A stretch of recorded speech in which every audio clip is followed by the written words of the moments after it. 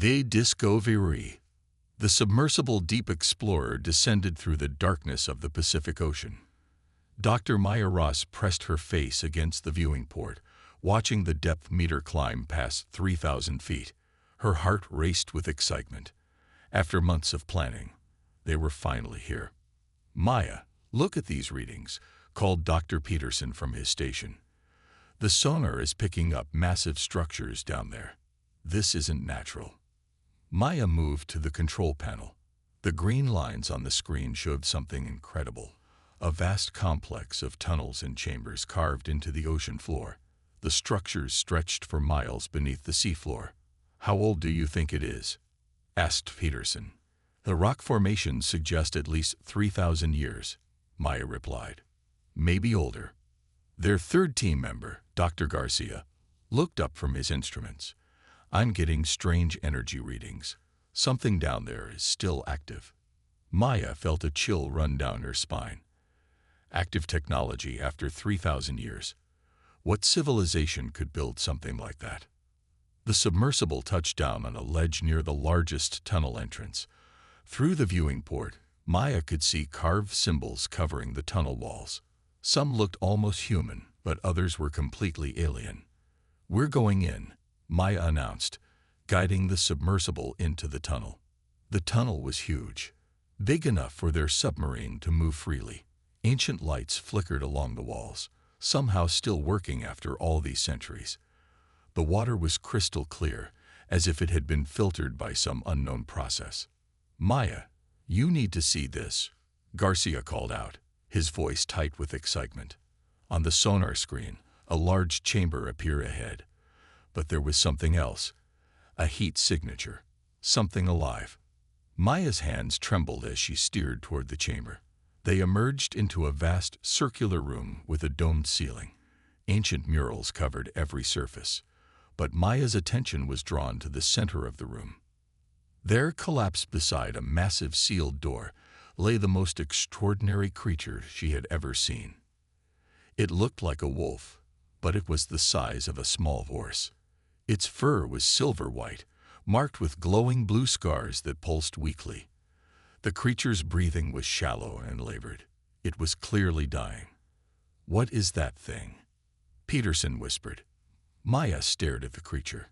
Despite its alien appearance, something about it felt familiar. Noble. The way it lay protectively in front of the sealed door reminded her of a guard dog defending its home. "It's a guardian," Maya said softly. "It's been guarding that door." "For 3,000 years?" Garcia asked. Maya nodded. "Look at the scars. They're not from battle. They're from maintaining some kind of energy field. This creature has been keeping something sealed away." "We need to capture it," Peterson said. "Think of what we could learn." "No," Maya said firmly. "Can't you see it's suffering? We need to help it." She activated the submersible's external arms and gently gathered medical supplies from their emergency kit. The creature's eyes suddenly opened, and Maya gasped. They were the most beautiful eyes she had ever seen. Deep blue, filled with ancient wisdom and terrible sadness. The creature looked directly at her through the submersible's viewing port. Then the images hit her mind like a hammer. Maya saw burning skies filled with dark shapes. She saw this creature in its prime, standing with others of its kind. She saw humans, ancient humans, fighting alongside these wolf-like beings against something horrible. She saw this creature volunteering for an impossible mission, knowing it meant eternal solitude. The creature's voice whispered in her mind, "Weak but determined. I have waited so long. The seal weakens. They will come again." Maya blinked, and the vision ended. The creature had collapsed again, its breathing even weaker than before. "Maya, what happened?" Peterson asked. "You just froze for a minute." Maya stared at the guardian. Around its neck, she noticed a collar made of the same material as the sealed door. Symbols on the collar matched some of the human-like writing on the walls. "We're connected to this somehow," Maya whispered.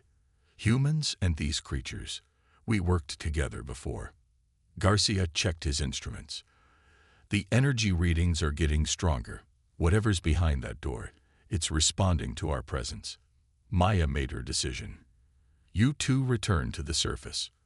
Report what we found, but don't mention the creature yet. I'm staying. Maya. That's crazy, Peterson protested. Look at it, Maya said, pointing to the Guardian. It's been alone for 3,000 years, slowly dying to keep something terrible locked away. The least I can do is sit with it. Peterson and Garcia argued, but Maya was firm. Finally, they agreed to return with supplies and reinforcements. As their voices faded through the communicator, Maya watched the Guardian. Its eyes opened one more time, looking at her with something that might have been gratitude. Thank you, the voice whispered in her mind. But beware, others will come. They will not understand. Maya pressed her hand against the viewing port. Whatever this creature was guarding, whatever ancient pact had been made, she was now part of it. The Guardian's eyes closed, but its breathing steadied slightly. For the first time in centuries, it was not alone. First, she untaked. 3 days later, Maya returned to the underwater chamber. Her submersible was packed with medical supplies, high-energy food concentrates, and portable heating units. She had told her team she was conducting detailed archaeological surveys, but the truth was simpler. She couldn't stop thinking about the dying Guardian. The creature lay in the same position, but Maya could see it was weaker. The blue scars along its body barely glowed now, and its breathing was more labored. Maya carefully maneuvered the submersible's robotic arms to place supplies near the Guardian. As she worked, she spoke aloud, hoping the creature could hear her. I brought food and medicine, she said. I don't know what your kind eats, but these energy bars kept me alive during my worst research expeditions. The Guardian's eyes opened. This time, Maya was ready for the mental contact. Images flowed between them, not violent like before, but gentle. Maya saw the creature's name, or something like a name. It felt like the sound of wind through ancient trees, but Maya understood it as Echo. You came back, Echo's voice whispered in her mind. I had hoped, but I did not dare believe. Of course I came back, Maya said. You've been alone too long. Echo struggled to lift its massive head. With great effort, it managed to touch one of the energy bars with its nose. Maya watched in amazement as the bar dissolved into pure energy, which Echo absorbed through its fur. Thank you, Echo said, its mental voice already stronger. I had forgotten what it felt like to not be hungry. Maya smiled. There's plenty more. But Echo, I need to understand. What are you guarding? Why have you been here for 3,000 years? Echo's eyes grew sad. Slowly, carefully, it began to share its story. Maya saw Echo's people, the Keth, as they once were, proud, noble beings who traveled between stars. She saw early human civilizations, not primitive, but advanced in ways modern humans had forgotten. The two species had been allies, friends even. Then came the darkness. Maya watched in horror as the images showed creatures of pure void, things that consumed light, life, and hope itself. The void spawn, Echo called them. They swept through galaxy after galaxy, leaving nothing but empty space behind. They came to our worlds first, Echo explained. The Keth fought bravely, but we were losing. Your people, young as they were, offered to help. Together, we were stronger. The images showed epic battles in space and on countless worlds, humans and Keth fighting side by side, their different strengths complementing each other perfectly. But even together, they were being overwhelmed. The void spawn had a queen, Echo continued. Kill her, and the rest would fall into chaos. But she was too powerful to destroy. So we made a desperate choice. Maya saw the great ritual, hundreds of Keth and humans working together to create an impossible prison. The cost was enormous. Most of the participants died from the effort. But they succeeded in trapping the void spawn queen. We built 7 prisons across your world, Echo explained. Each one needed a guardian to maintain the seal. 7 of my people volunteered, knowing we might never see our home again. 7 guardians for 7 prisons, Maya whispered. "You've been here ever since." "Yes. My brothers and sisters took the other sites.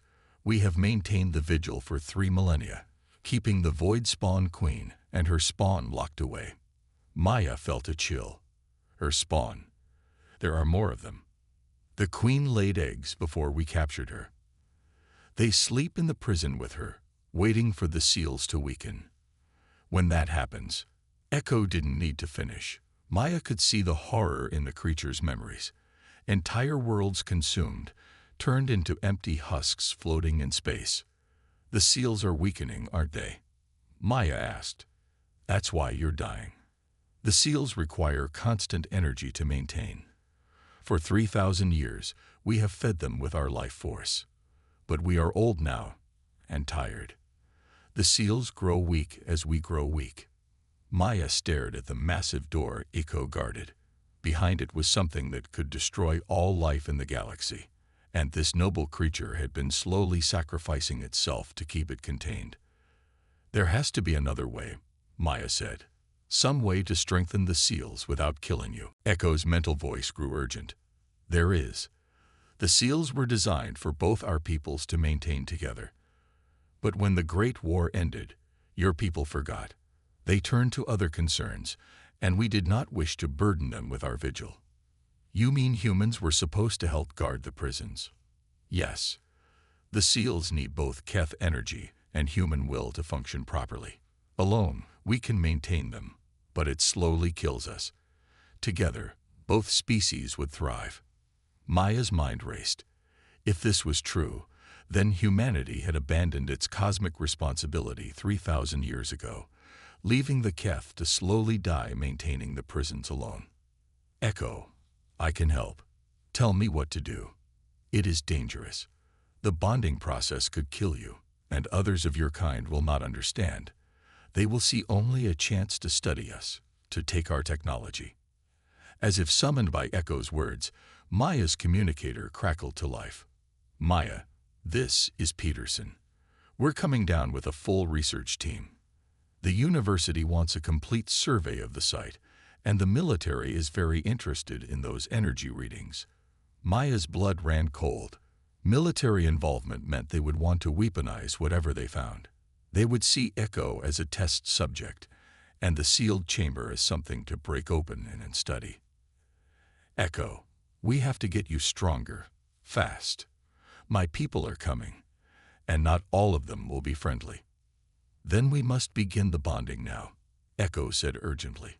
"But Maya, understand this. Once we are connected, your life will be tied to mine and to the seal.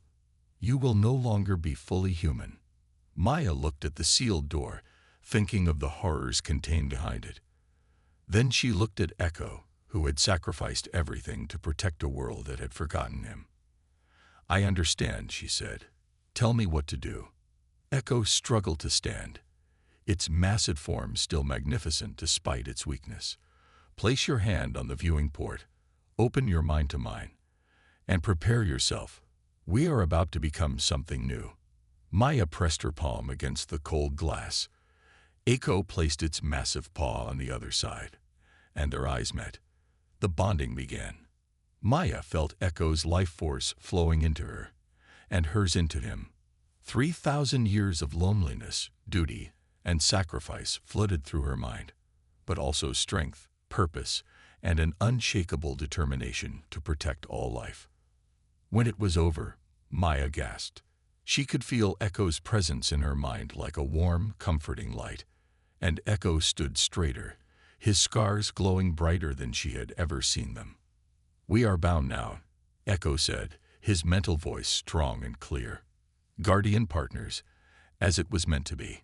Maya smiled, but their moment of triumph was short-lived. Through the water, she could see lights approaching, multiple submersibles carrying the research team and military personnel. "They're coming," Maya said. "Then we must prepare for battle," Echo replied.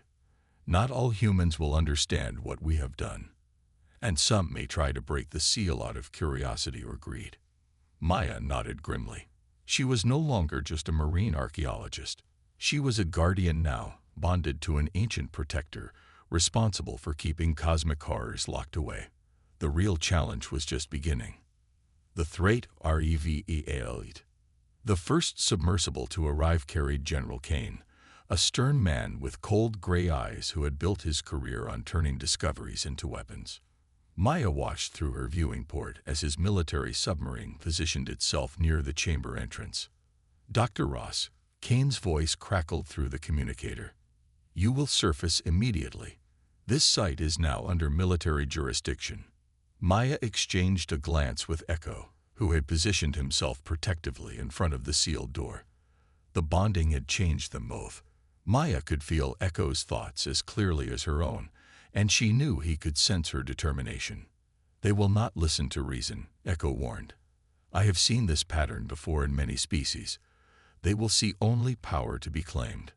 "General Kane," Maya replied, keeping her voice steady. "You don't understand what you're dealing with. This chamber contains something extremely dangerous. It must not be opened." Kane's laugh was harsh. "Dr. Ross, we've detected energy signatures unlike anything in our databases. Whatever technology is behind that door could revolutionize warfare.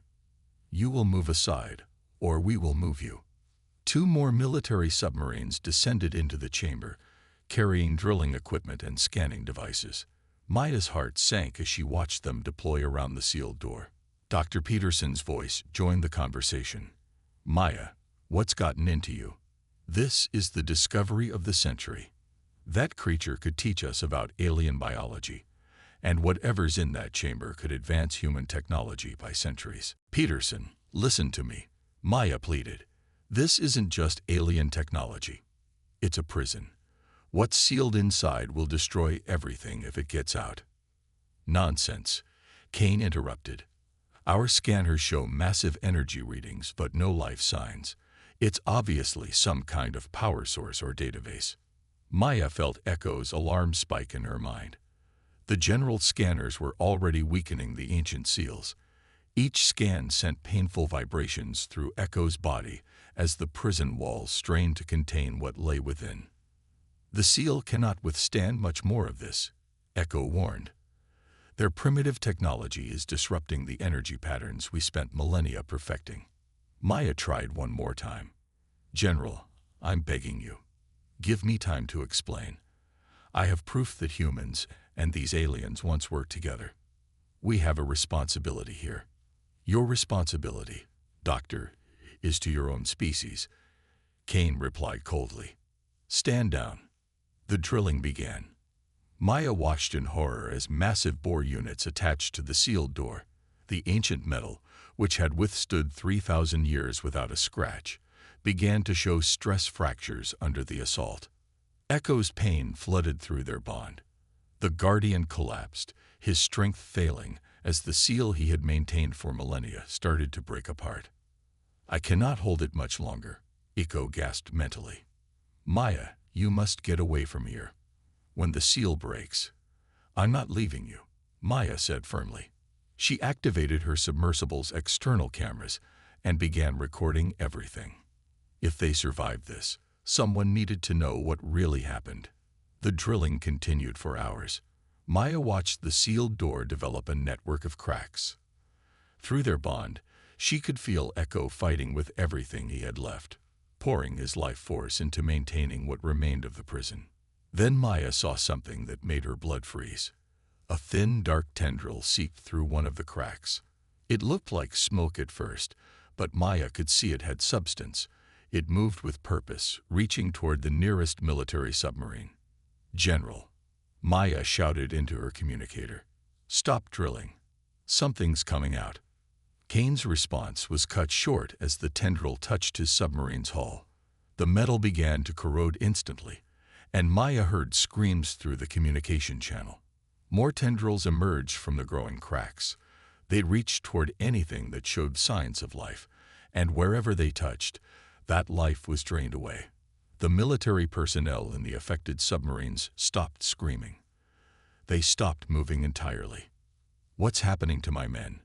Kane demanded. Through her cameras, Maya could see the affected submarines. The crew members were still at their stations, but their eyes were empty black voids.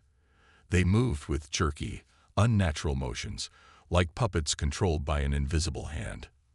Void spawn drones, Echo explained weakly. The Queen's children, turned into servants. They prepare the way for their mother's awakening. The corrupted crew members began working with inhuman efficiency, expanding the cracks in the sealed door. Their own drilling equipment, now under alien control, worked faster and more precisely than any human operator could manage. "My God," Peterson whispered over the communicator. "What have we done?" Echo struggled to his feet, his body blazing with blue energy, as he made one final attempt to reinforce the failing seal. But he was too weak, and there were too many cracks now. "Maya, we must retreat deeper into the tunnel system," Echo urged. "I know of ancient fallback positions. We can regroup there." Maya piloted her submersible away from the chamber as more tendrils poured through the widening cracks. Behind them, she could hear General Kane shouting orders that his corrupted crew could no longer follow. As they fled through the tunnel system, Echo shared urgent information through their bond. Maya saw mental images of the other Guardian sites around the world: an icy cavern in Antarctica, a flooded pyramid in the Amazon, a buried temple in the Sahara Desert, and 3 others. "The seals are connected," Echo explained. "Damage to one weakens them all. My brothers and sisters will be feeling this. We must warn them." They emerged into a smaller chamber Maya hadn't seen before. Ancient Keth technology hummed quietly along the walls, and Maya realized this had been Echo's living space for 3 millennia. It was sparse but comfortable, designed for a creature who had accepted that he might never see his home again. Echo activated a communication device that looked like it was made of crystallized light. Immediately, other voices filled Maya's mind. The mental calls of the other Guardians, weak and desperate. "Echo, what has happened?" came a voice from the Arctic Guardian. "The seal shudders. I can barely maintain it." "Humans have found us," Echo replied. "They have damaged the first seal." The Queen stirs. Maya felt the weight of responsibility crushing down on her.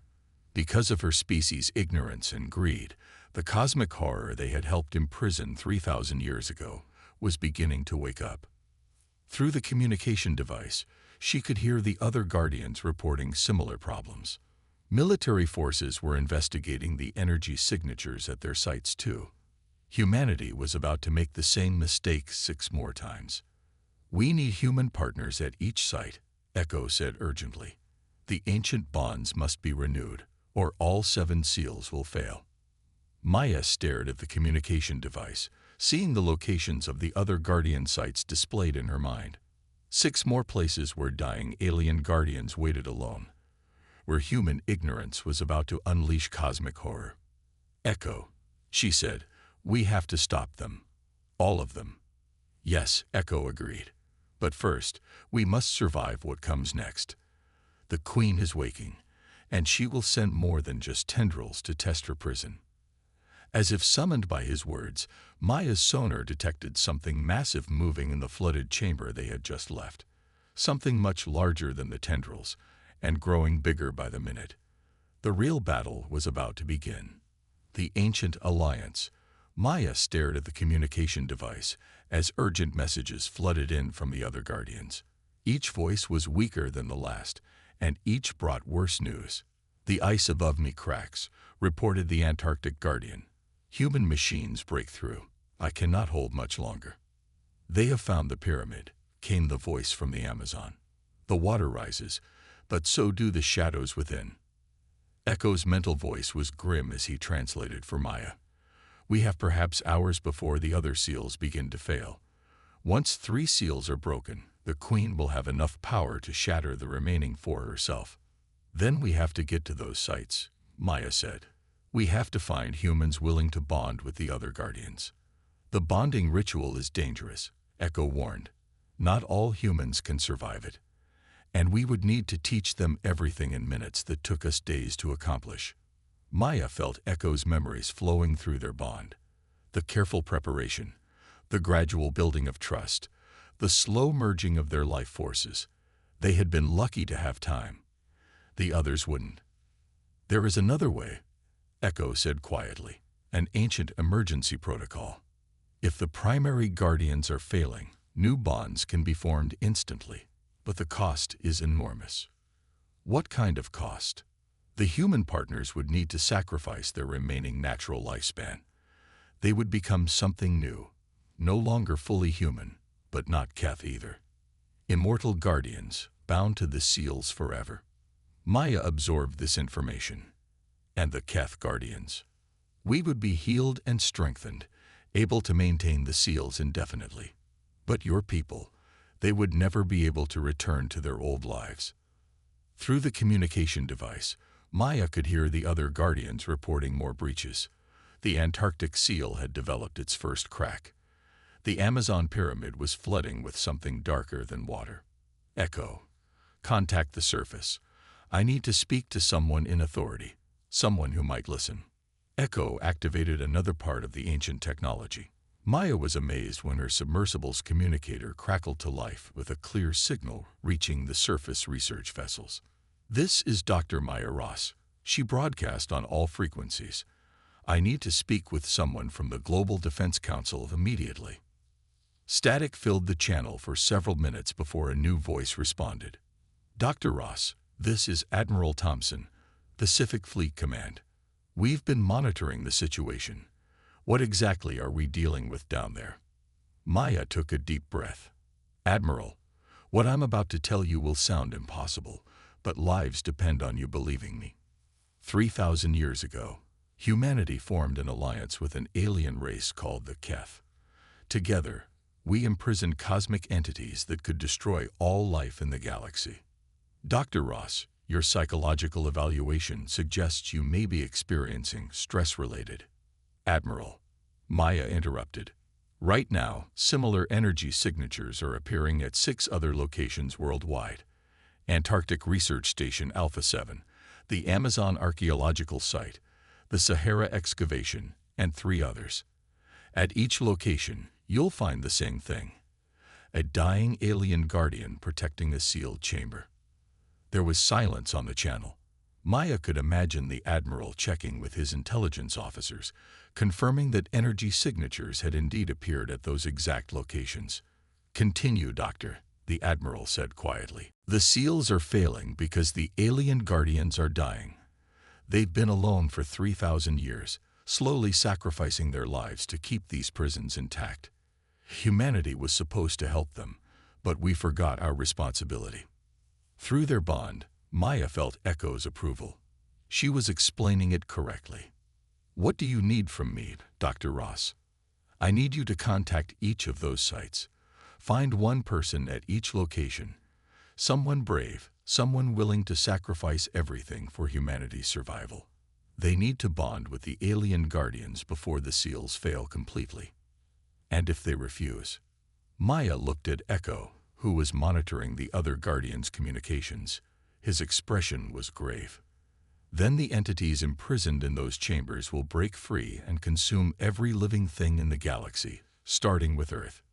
Another voice joined the conversation. General Kane, though his transmission was weak and filled with static.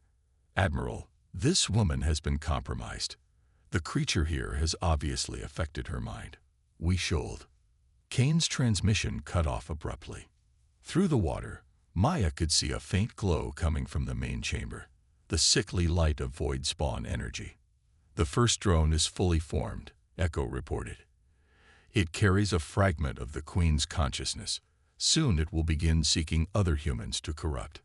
Admiral, Maya said urgently, you need to evacuate everyone from this area immediately. And you need to get people to those other sites now. Dr. Ross, I'm looking at satellite feeds from the locations you mentioned. We're seeing unusual activity at each site. Structures rising from the ground in the Sahara, ice formations in Antarctica that defy physics. The other seals are responding to the damage here, Echo explained to Maya. The prison network is trying to compensate, but it's only making the guardians weaker. Maya made her decision.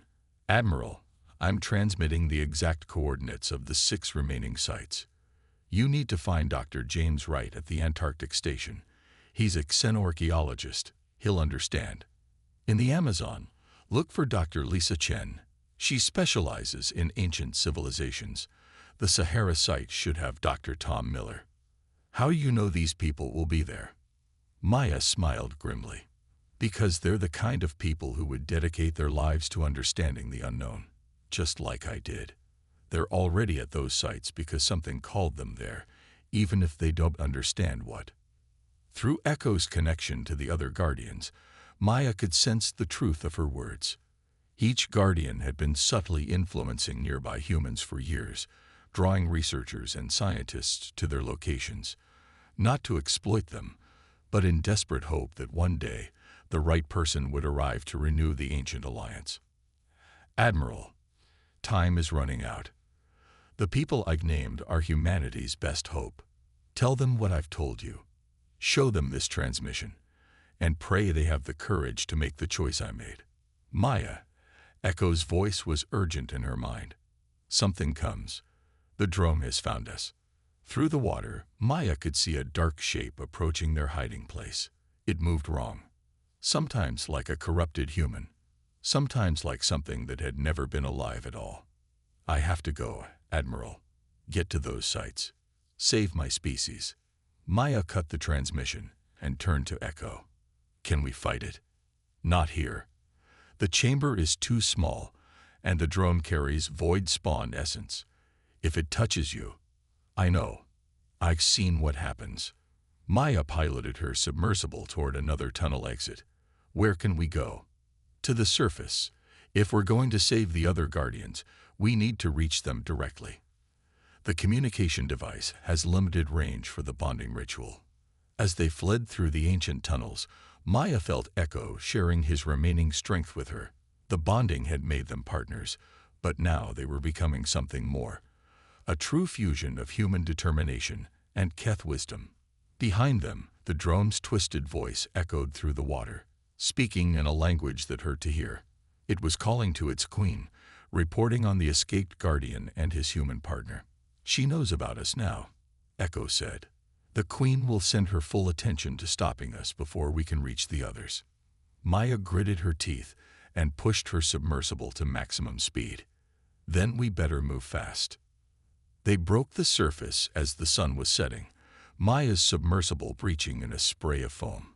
Above them, she could see helicopters and ships converging on their location. Admiral Thompson had taken her seriously.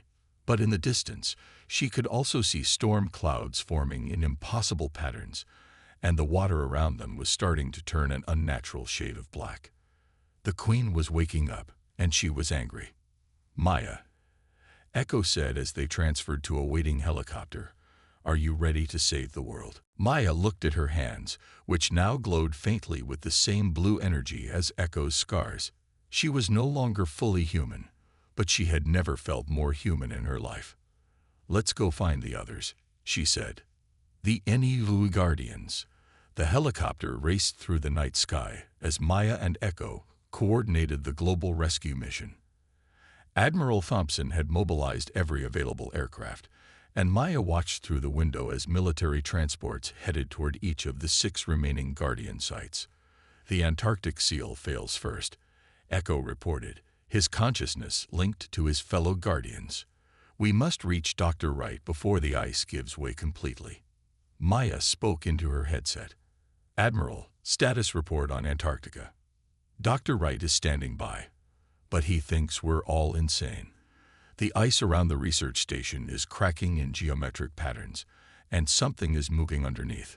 Through Echo's bond with the Antarctic Guardian, Maya could see what was happening. The Keth Guardian there was ancient even by their standards, its strength nearly gone.